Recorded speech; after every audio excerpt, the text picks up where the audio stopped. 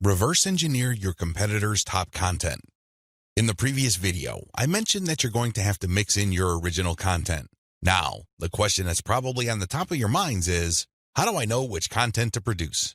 Well, there are two ways to do this, like I mentioned earlier in this training. You can try to figure out things on your own and engage in all sorts of experiments, or you can just simply allow your competitors to do your homework for you. I hope you can see which path is the easiest. It should be obvious. If you are sending the very best content on your niche, your original content must be at the same level or better. Otherwise, your followers are not going to take the bait.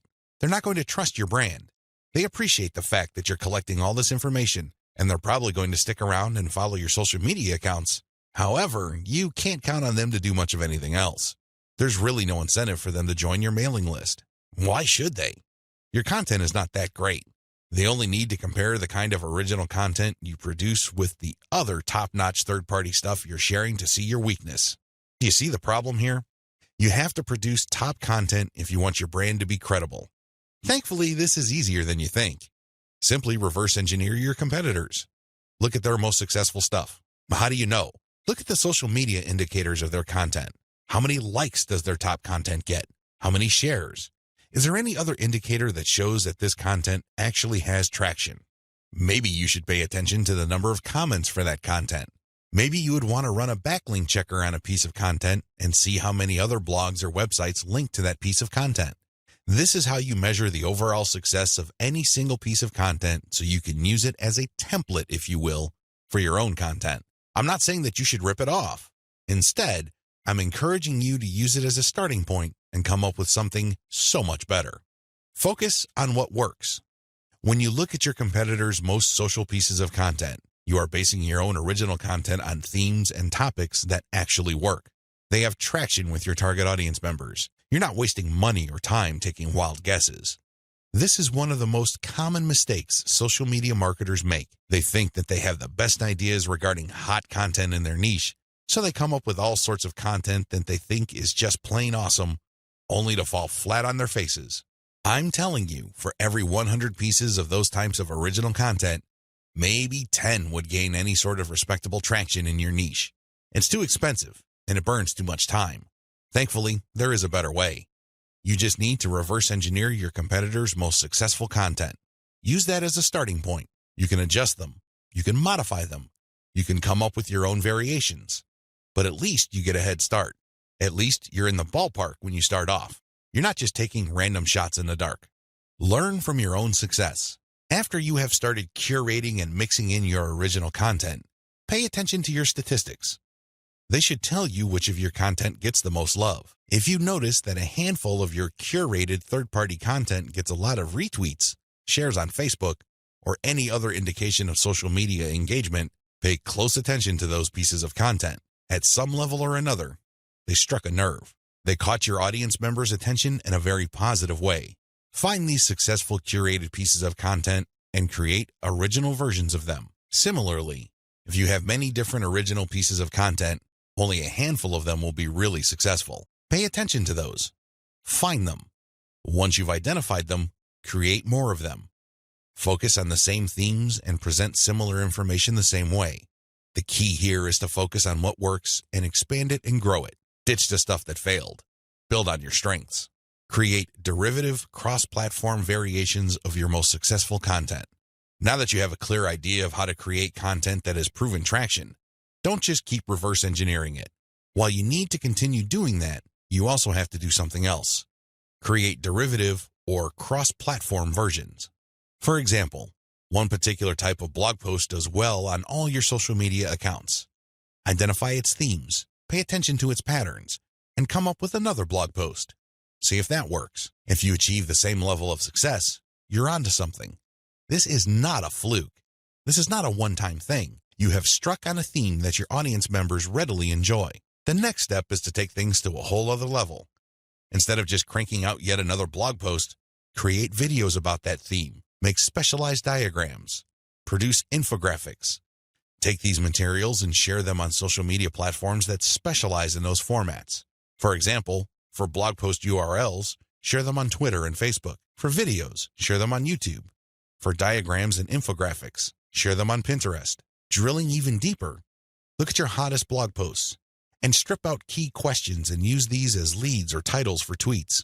Tweet the same content several times over the course of a week. Of course, don't drop it all in 1 hour, but space them out. Still, when you use the right questions, you become very visible on Twitter. Pair these with the right hashtags. The bottom line, the great thing about content curation is you save a lot of money, but you are also positioning yourself to build on your strengths. You focus on things that you're doing right and figuring them out so that you can predictably produce successful content. Now, this is not going to happen overnight. You have to keep experimenting until you find the right themes that consistently work with your audience. Fine-tune your payload content. As I have mentioned previously, you can come up with your very own content based primarily on the social signals of the top-notch third-party materials you are curating. Put simply, when you are going through your research, you will keep coming across certain pieces of content which get a lot of engagement on social media. These are all the objective indicators you need to understand that you are looking at high-quality, high-demand content. At that point, you can come up with your own version of that content. You can use it as a template, so to speak. Another approach would be to just do curation first. You just take all the high-quality third-party content with great social signals and put them all on auto-publish on your social media accounts. You run this curation campaign for several weeks. Soon enough, you will see a pattern. Eventually, you will see that some of these materials get a lot more engagement than others.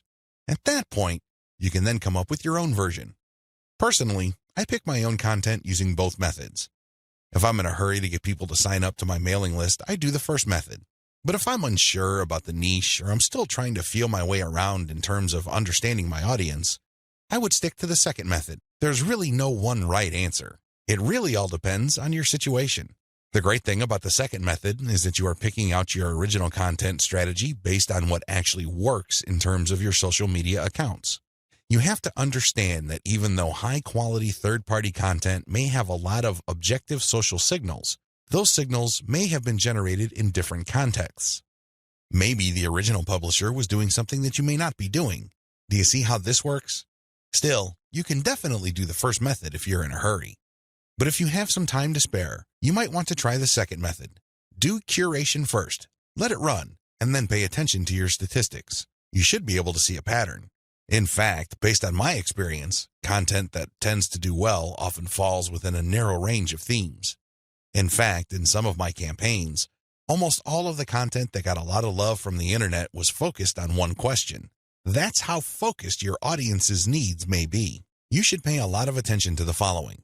Look at the engagement of the content and the click-through. A lot of social media marketers drop the ball at this point. They think that it's all about engagement. I'm telling you, regardless of how many likes, shares, or comments a piece of content gets, if people don't click through, those engagement signals are not worth much. Remember, at the end of the day, you want traffic. That's the whole reason why you're doing this in the first place. Getting caught up in how many shares, likes, or comments you get is not going to do you any good. You have to always pay attention to the click-through. There has to be some sort of ratio between total engagement and click-through. The higher the ratio of the click-through, the more attention you should devote to a piece of content. Study high click-through and high engagement content closely. Now that you have identified curated content that performs well, the next step is to analyze them with a fine-tooth comb. Ask yourself, what problems are people interested in when they read this piece of content? How are these pieces of content positioned or presented? Do they use some sort of emotional headline? Do they use subheadings that ask questions? Do they drag the person along? Or do they just lay out the information dead center? Pay attention to cosmetic issues. People do judge a book by its cover, and blog posts and articles are no different. How are these materials formatted?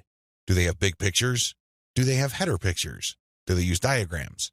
What are they doing exactly? Once you've answered all these questions and you're comfortable with the answers you got, the next step is to create your own content specification sheet.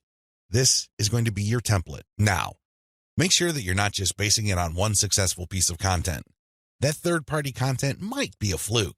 The company behind it might just have gotten lucky, and for some reason, that piece of content went viral. That's not going to help you.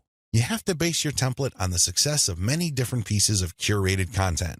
This way, you can be more confident of the fact that even if you barely comply with all the specifications, you would at least get some decent and positive results.